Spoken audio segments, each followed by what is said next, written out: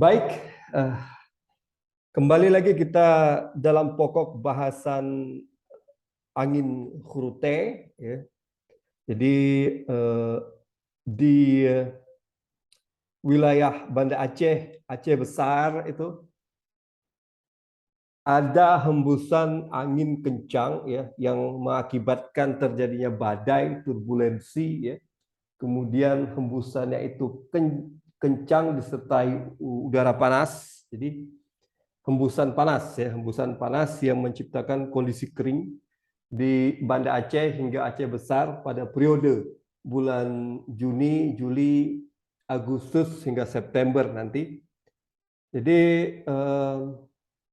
masih perlu diteliti lebih lanjut. Ini ada semacam hipotesis ya, adanya pengaruh dari Taman Nasional Ulu Masen yang membangkitkan pusaran antisiklonik ya. Sehingga mengakibatkan wilayah di pantai utara Aceh ya termasuk juga Banda Aceh, Aceh besar, Pidi Jaya begitu ya. Itu mengalami kondisi yang kering ya dibandingkan dengan wilayah di pantai barat Aceh ya dari Lhong ya kemudian Lupung, Krute, Calang, Melaboh. Kalau kita lihat di sini data curah hujannya atau peta isohiet ya yang menggambarkan curah hujan di wilayah barat dan timur Aceh atau utara Aceh ini ya itu kontras ya.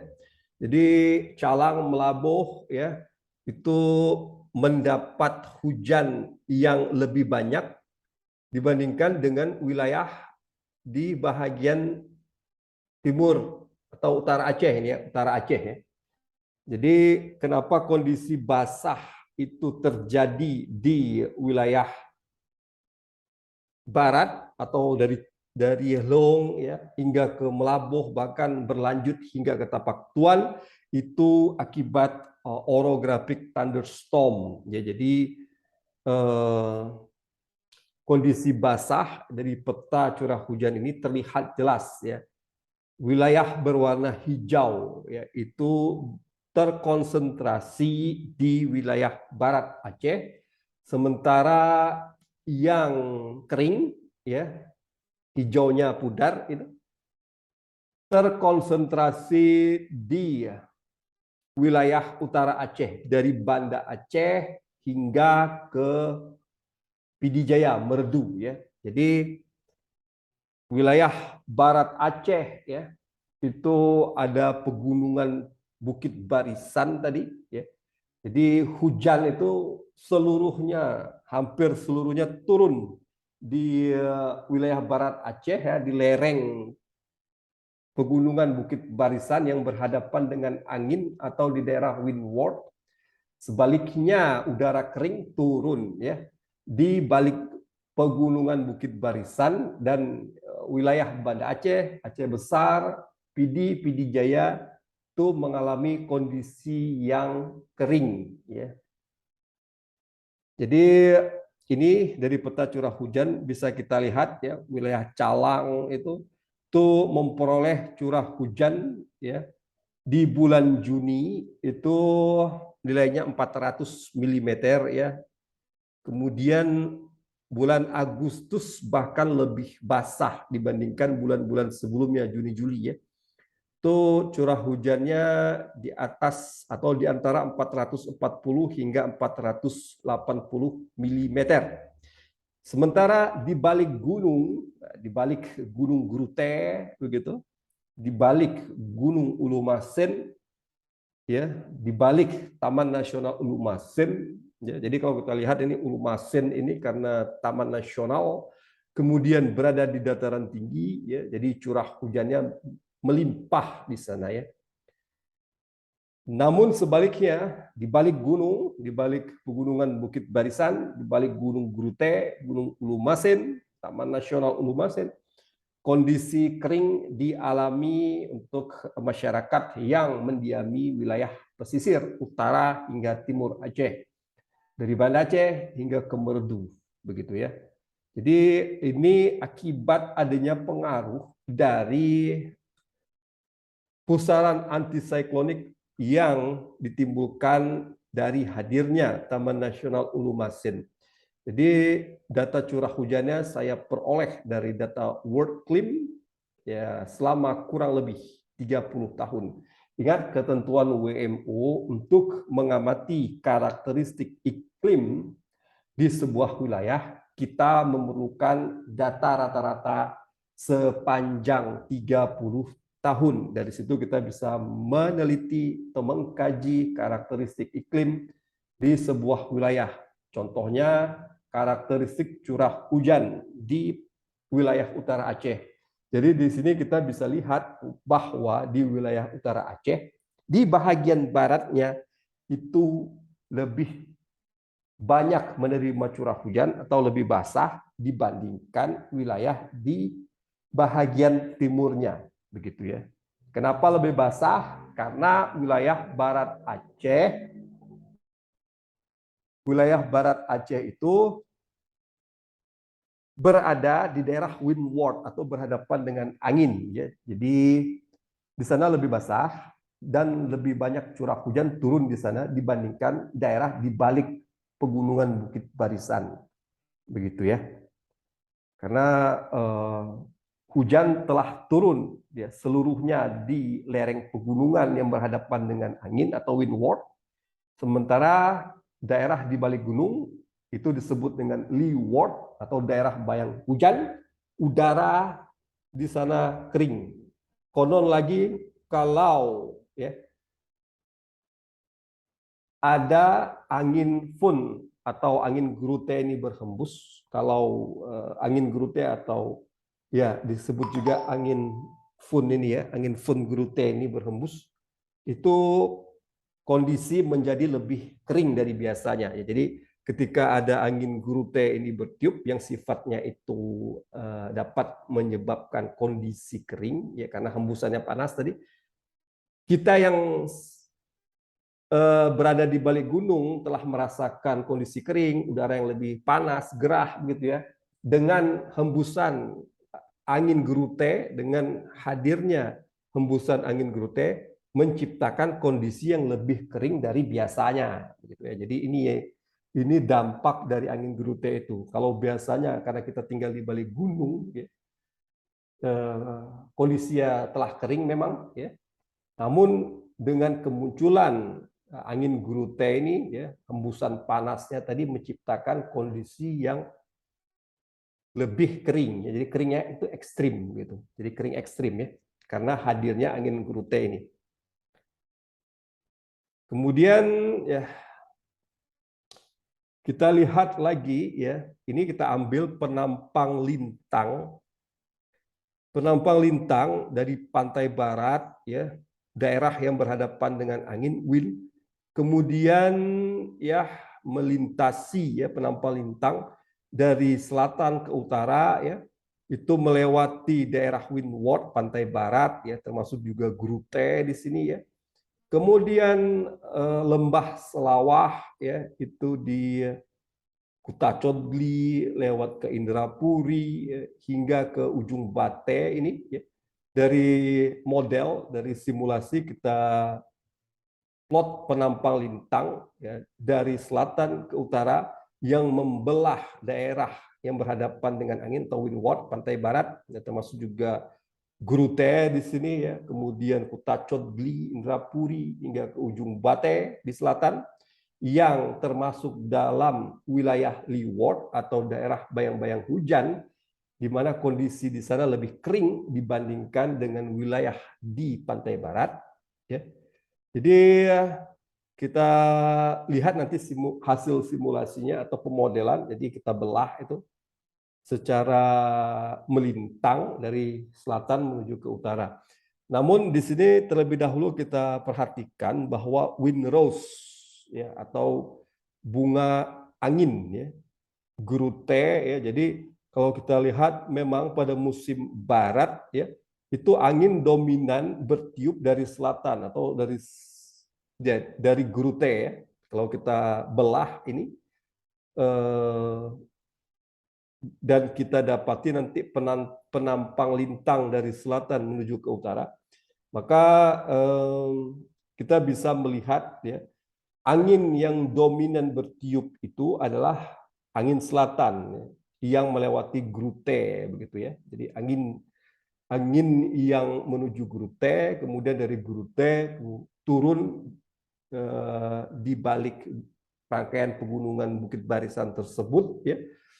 Jadi di balik Grute ini turun ya ke Kuta Codgli gitu dampaknya, kemudian ke Kuta Malaka, Selimum, Indrapuri, bahkan ke kota Banda Aceh, hingga ke bahkan sampai ke Sigli dan Merdu, itu dampak dari angin Grute itu nantinya. Jadi kalau kita lihat di sini memang ada angin ya, yang bertiup dari selatan, dan itu dominan sekali di musim barat. Ya.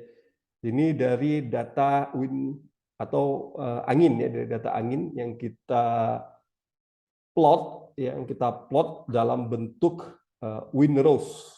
Jadi dari windrows ini kita bisa melihat dominansi tiupan asal, dari windrows ini kita bisa melihat dominasi ya arah datangnya angin gitu. Jadi asal datangnya angin kita bisa melihat dari windrows ini ya. Selain dari selatan juga dari timur laut pada musim timur atau angin timuran ini ya.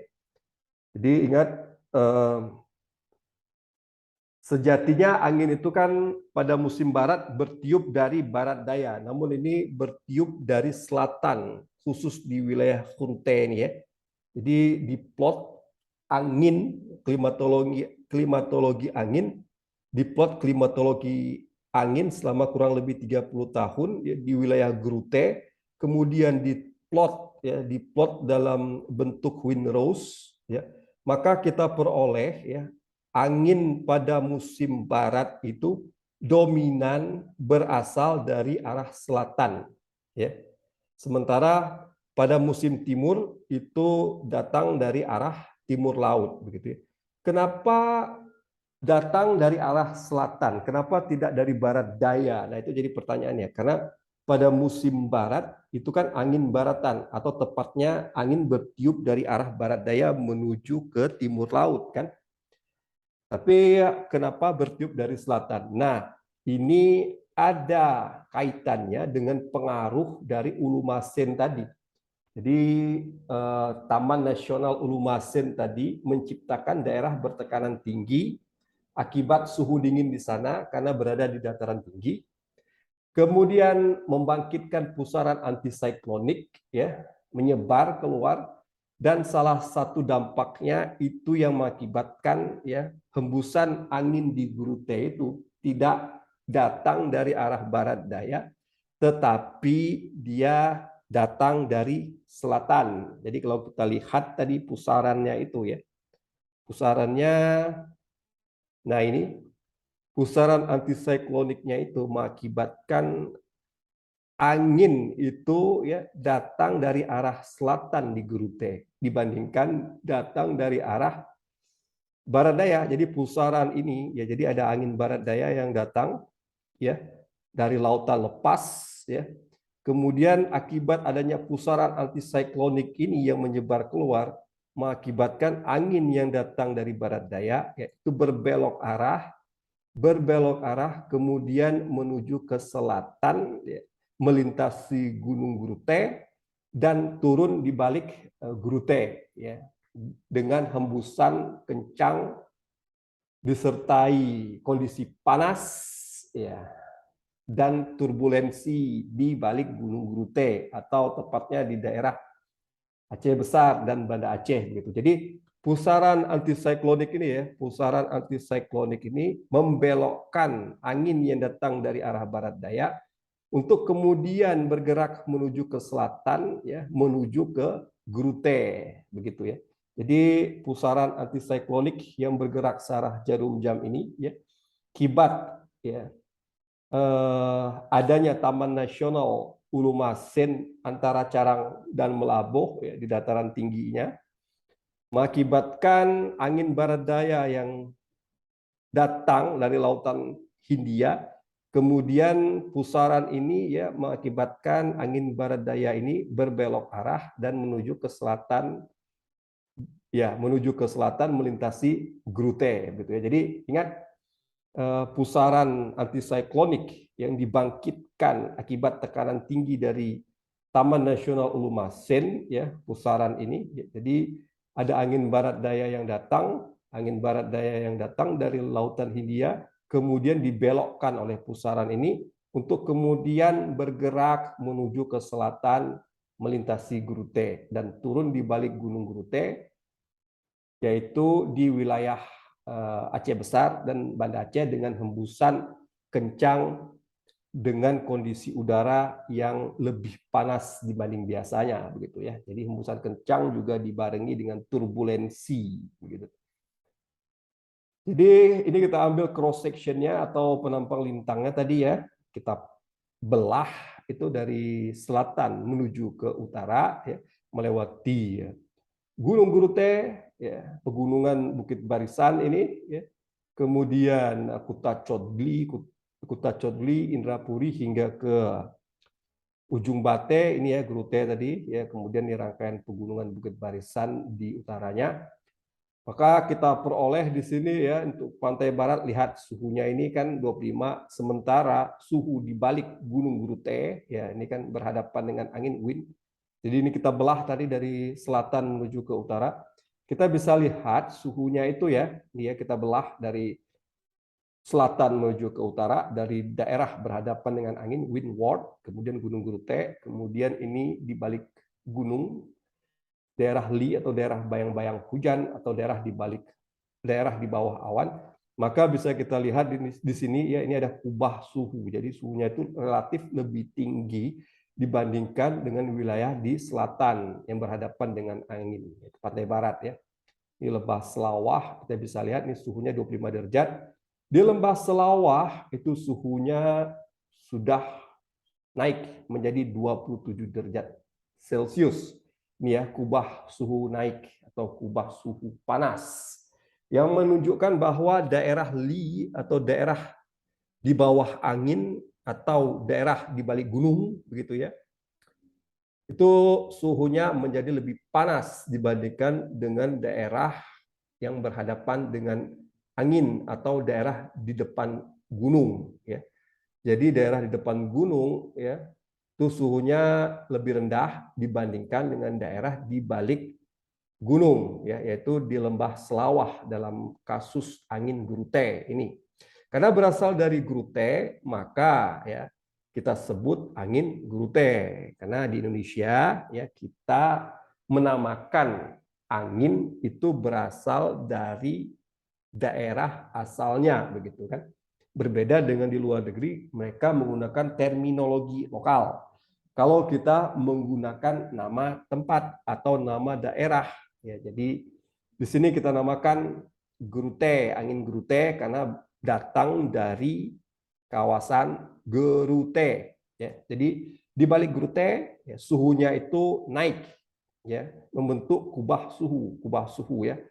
Sementara di depan Gunung Grute itu suhunya tetap ya dingin dibandingkan dengan di balik Gunung Grute. Jadi ini daerah Wind, ini daerah Li gitu ya. Ini Grute-nya. Jadi kalau kita lihat di sini ya, anginnya juga yang turun dari Grute itu bertiup dengan kecepatan tinggi dibarengi turbulensi dan udara yang panas begitu ya. Angin kencang. Nah, jadi ini output ya, atau keluaran dari simulasi, dari pemodelan, kita bisa lihat ya di balik Taman Nasional Ulumasen atau di balik Gunung Grute ya, itu terbentuk tekanan rendah dan angin bertiup menuju tekanan rendah ya, dari tekanan tinggi. Jadi Taman Nasional Ulumasen membangkitkan kawasan bertekanan tinggi, sementara di balik ya, rangkaian pegunungan Bukit Barisan di mana Taman Nasional Ulumasen ini berada, tercipta daerah bertekanan rendah dan udara bertiup menuju daerah bertekanan rendah. Kemudian dari hasil pemodelan juga bisa kita lihat ya. Katakanlah ini guru T, ya suhunya itu di permukaan 28 derajat Celcius. Di balik guru T, ya di wilayah Aceh besar, termasuk juga kota Banda Aceh di sini, hingga ke Sigli ini, ya. Jadi kalau kita lihat ini warnanya relatif berwarna merah, ya. Itu suhunya mencapai 38 derajat. Bayangkan, selisihnya itu 10 derajat antara daerah di depan Gunung Grute dengan daerah di balik Gunung Grute atau di belakang gunung. Jadi di depan Grute suhunya 28 derajat Celcius dan di belakang Grute ya dari Banda Aceh hingga ke Sigli ya Aceh besar itu suhunya menjadi 38 derajat Celcius. Inilah mengapa disimpulkan bahwa daerah Li menjadi lebih panas yang berwarna merah ya lingkaran berwarna merah. Jadi kalau lingkaran berwarna merah ya kalau kita perhatikan itu tidak hanya di Banda Aceh, Aceh besar, Sigli, tapi hingga ke Pidi Jaya, Merdu ya. Nah, itu dia. Jadi daerah Li lebih panas ya, lingkaran merah. Kalau kita perhatikan ini Grute, di depan Grute suhunya 28 derajat Celcius, di belakang Grute atau di balik gunung Grute ya. Dari Banda Aceh hingga Merdu ya, di Pidi Jaya sana ya. Itu suhunya menjadi lebih tinggi ya, 38 derajat Celcius. Kemudian karena menciptakan daerah bertekanan rendah yang berada di lingkaran merah ini ya, mengakibatkan udara ya, bergerak ya, ke daerah bertekanan rendah dengan kecepatan tinggi. Itulah mengapa dampak dari angin Grute itu dirasakan hingga ke Pidi Jaya, gitu ya. Nah, kemudian ini dampaknya ya. Kita lihat dari infrastruktur air, dari dampak angin Grute ya, dengan dampak angin Grute ya mengakibatkan penguapan yang tinggi ya. Laju penguapan yang tinggi karena kering kan. Seperti halnya tadi kita mengeringkan tangan dengan pengering tangan tadi yang keluar itu adalah hembusan panas mengakibatkan tangan kita yang basah kuyup menjadi lebih cepat kering karena apa? Karena terjadi penguapan, laju penguapan yang tinggi. Akibatnya untuk infrastruktur air bendungan, waduk, embung, ya, itu akan cepat kering. Ya, jadi air tersebut, ya, karena hembusan panas tadi dari angin Grute, ya, terjadi laju penguapan besar-besaran mengakibatkan ya, infrastruktur air, bendungan, waduk, embung, ya, air yang berada di bendungan, waduk, dan embung menjadi lebih cepat kering, begitu ya, atau merosot secara drastis debitnya. Kemudian dampak dari penerbangan, ya, adanya hembusan angin Grute tadi, ya, selain juga hembusan yang panas yang dapat menguapkan air dengan cepat mengakibatkan bendungan, waduk, embung menjadi kering, ya.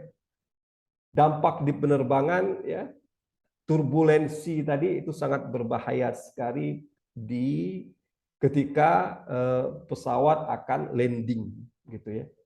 Jadi dampak turbulensi rotor kemudian pusaran secara vertikal ya, seperti puting beliung begitu. Itu berdampak negatif terhadap pesawat yang akan landing. Jadi di sini wind shear ya. Geser angin itu perbedaan arah dan kecepatan angin semakin tinggi, semakin berbeda ya dalam hal arah dan kecepatan dari angin. Itu juga mengakibatkan dampak negatif terhadap dunia penerbangan. Kemudian juga karena adanya angin Grute ini mengakibatkan adanya angin Grute mengakibatkan terjadinya angin silang. Jadi angin itu berhembus dengan kecepatan tinggi dalam posisi yang tegak lurus dengan pesawat yang landing. Begitu. Itu sangat berbahaya sekali ya bagi pesawat yang akan mendarat. Kemudian ini telah kita ketahui bersama angin kencang mengakibatkan pepohonan tumbang. Kemudian ya, dalam kondisi yang kering, ya, kalau biasanya pada musim kemarau kita di Aceh Besar sini sudah sangat kering ya, kemudian dengan adanya hembusan angin kering atau angin panas yang datang dari Grute itu dapat memicu kebakaran lahan. Ya. Kemudian hama tanaman juga akan meledak, gitu ya, karena kondisi panas. Ya, jadi telur-telur itu ya matang, menjadi lebih cepat matang. Ya. Kemudian muncul hama tanaman. Jadi tanaman-tanaman itu bisa diserang oleh hadirnya hama ini ya. Karena apa? Pada kondisi kering ya, telur-telur itu menjadi lebih cepat matang dan hama itu akan meledak. Kemudian kita melakukan aktivitas olahraga, aktivitas outdoor gitu ya, di luar ruangan akan mengalami dehidrasi gitu karena kondisinya menjadi lebih kering ya dengan hadirnya tiupan angin Grute ini. Kemudian juga bisa merusak komoditi pertanian ya, kopi, tembakau, tebu. Kalau kopi kan di daerah dingin dengan adanya angin dengan hembusan yang panas itu mengakibatkan bisa gagal panen kopi ya. Demikian pula tembakau, tebu dan lain-lain. Untuk tanaman padi ya, hembusan angin kencang di permukaan dapat mengakibatkan tanaman padi ini rebah gitu ya. Kemudian juga jika sanitasinya buruk ya, itu akan menimbulkan penyakit ya. Contohnya diare, muntaber, malaria, demam berdarah. Jika kondisi lingkungan ya dipenuhi oleh sampah, kemudian dalam kondisi terik, panas, kering ya, itu dikhawatirkan akan mewabahnya penyakit diare, ya, muntaber, demikian juga dengan malaria dan demam berdarah. Nah, kemudian kulit kita ya menjadi lebih kusam. Ya. Nah, kenapa orang di Jakarta yang udaranya itu kotor atau yang mengalami polusi udara parah di sana di Jakarta, tapi kulitnya itu terlihat lebih cerah dibandingkan dengan kita yang tinggal di Aceh Besar, Banda Aceh.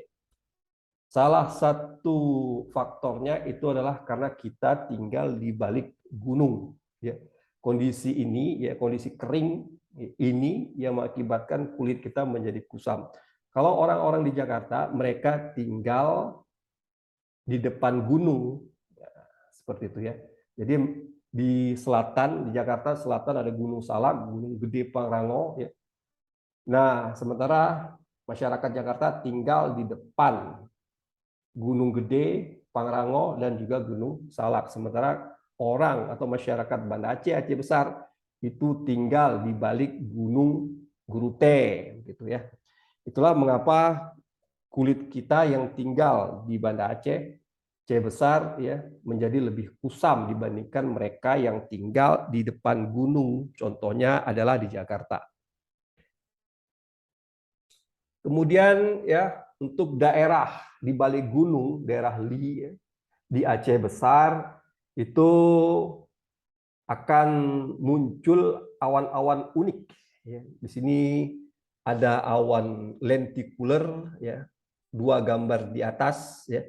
Awan lentikuler ya terbentuk ya di daerah Li atau di balik gunung ya di daerah Aceh Besar atau lentikuler itu sering pula dikenal dengan awan UFO ya. Kemudian ada awan-awan unik lainnya, ada yang berbentuk jari tangan, ini kan pegunungan Bukit Barisan yang kita lihat di barat daya Kota Banda Aceh ya.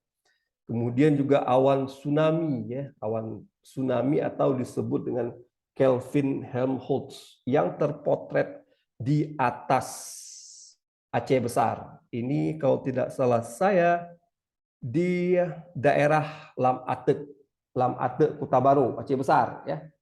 Jadi di balik gunung, ya, daerah di balik gunung akan terbentuk fitur-fitur awan unik. Ya. Salah satunya awan lentikuler atau yang disebut dengan awan UFO. Ada awan unik yang berbentuk jari tangan akibat ketidakstabilan atmosfer di lapisan atas. Kemudian juga ada awan tsunami atau yang disebut dengan Kelvin Helmholtz yang terpotret ya di Kecamatan Kuta Baru, Aceh Besar. Nah, kemudian kalau kita lihat ini ya, ini ada Gunung Selawah. Ada awan-awan yang terbentuk di antaranya, ada awan-awan yang terbentuk di antaranya. Jadi kalau kita lihat ini adalah gelombang Lee tadi ya yang saya simulasi, ya, gelombang Lee yang terbentuk. Jadi ini di atasnya pada musim barat itu bertiup angin barat. Kemudian ini ada yang turun ya, udara yang turun atau angin terjun tadi, angin gerute tadi mencapai permukaan, kemudian naik ke atas, ya, naik ke atas, kemudian bersinggungan dengan angin baratan yang bertiup di lapisan atas, ya. Kemudian turun kembali, ya, memantul di permukaan, kemudian naik kembali ke atas, bersinggungan lagi dengan angin barat yang bertiup dengan cepat, ya, bertiup dengan kencang di lapisan atas, kemudian kembali memantul ke permukaan, dari permukaan kembali memantul ke angkasa, dan seterusnya, begitu ya. Jadi di dalam gelombang ini ada pusaran atau turbulensi ya yang kita kenal dengan rotor. Jadi itulah mengapa ya di Aceh Besar ini, Banda Aceh juga kita di samping angin kencang, tiupan anginnya itu juga tidak tentu arah begitu. Bisa dalam arah horizontal dan bisa pula dalam arah vertikal yang kita sebut dengan rotor. Jadi ingat ini kenapa ada awan di antaranya? Kenapa ada awan di antaranya? Ini ketika memantul ya, dari permukaan menuju ke lapisan atas, ya. Jadi memantul di permukaan, kemudian balik menuju ke atas, ya. Udara ingat ya menjadi jenuh, begitu ya. Kemudian mengembun, ya, mengalami proses kondensasi dan terbentuk awan. Itulah mengapa ya di sini kita lihat ada awan selang-seling ya, awan selang-seling. Di sini tidak ada awan, tapi di sini ada awan, kemudian ada awan, kemudian awan lagi. Di antaranya tidak ada awan. Jadi ada awan, ada awan, ada awan. Jadi kayak selang-seling begitu ya. Itu adalah akibat adanya udara yang naik kemudian mengalami pengembunan atau kondensasi tadi. Tapi di bawahnya itu sedang terjadi turbulensi. Nah itu sangat kita waspadai ya. Kita harus berhati-hati di Aceh Besar hingga ke Pidi ya, bahkan sampai ke Pidi Jaya, Meredu sana. Jadi ini ada adaptasi dan mitigasi yang bisa kita lakukan ya untuk mereduksi tiupan kencang dari angin grute tersebut yang membawa udara panas. Jadi di sini kita tanami jenis pepohonan yang berperan sebagai windbreaker atau pemecah angin. Ini ada jenis-jenis pohon tertentu yang dapat berfungsi sebagai pemecah angin atau windbreaker. Ini kita tanami di lembah, sekaligus sebagai pengkondisi udara agar tidak panas, begitu ya. Jadi tanaman ini ya kita tanam selain juga berfungsi sebagai windbreaker atau pemecah angin, ini juga berperan untuk mengkondisikan udara di sana menjadi lebih sejuk, jadi tidak kering dan tidak panas, gitu ya. Kemudian ya jika kering sekali, maka kita harapkan produksi garam itu menjadi lebih tinggi, begitu kan? Terutama mereka yang mendiami pesisir utara Aceh, gitu ya.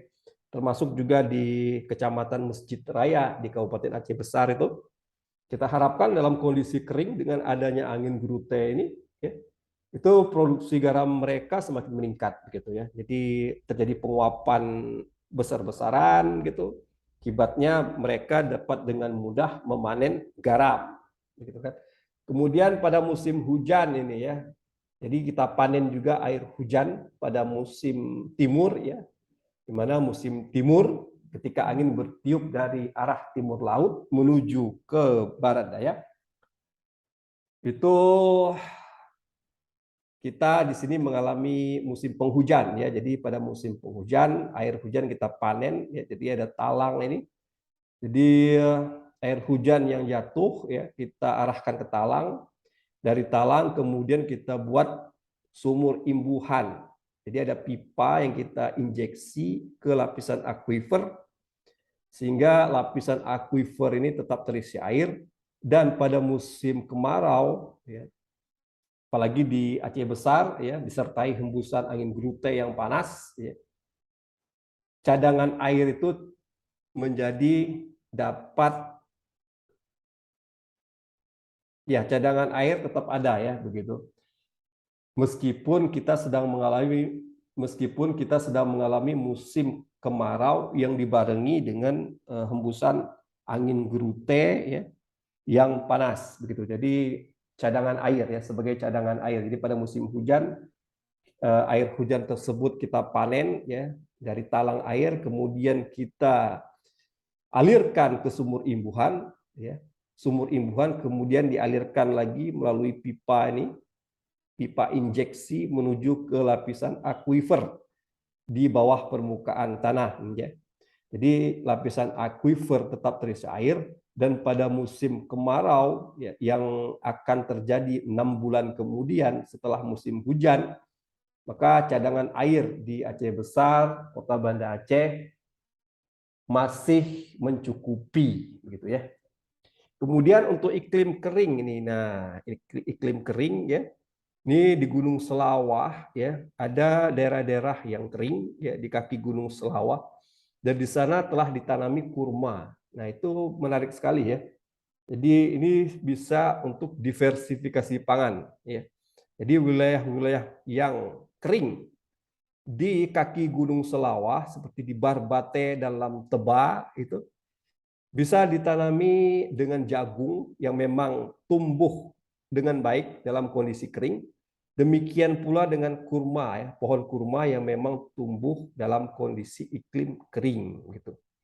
Jadi wilayah di kaki Gunung Selawah yang kering itu bisa kita olah lahannya dengan menanami tanaman jagung, katakanlah di Lam Teba, tanaman kurma di Barbate. Bahkan di Kuta Codgli ya, itu telah ditanami tembakau, dan hasilnya itu sangat baik sekali ya. Tanaman tembakau juga. Tanaman tembakau ya bisa kita tanami di Kuta Codgli ya, yang iklimnya kering, ya. Barbate dengan kurma ya, Lam Teba dengan jagung begitu. Ini sekaligus sebagai diversifikasi pangan. Jadi kesimpulannya ya Anda bisa baca sendiri. Angin terjun Gerute ini berdampak tidak hanya di Aceh Besar, namun juga di Pidi dan Pidi Jaya. Gitu. Jadi ada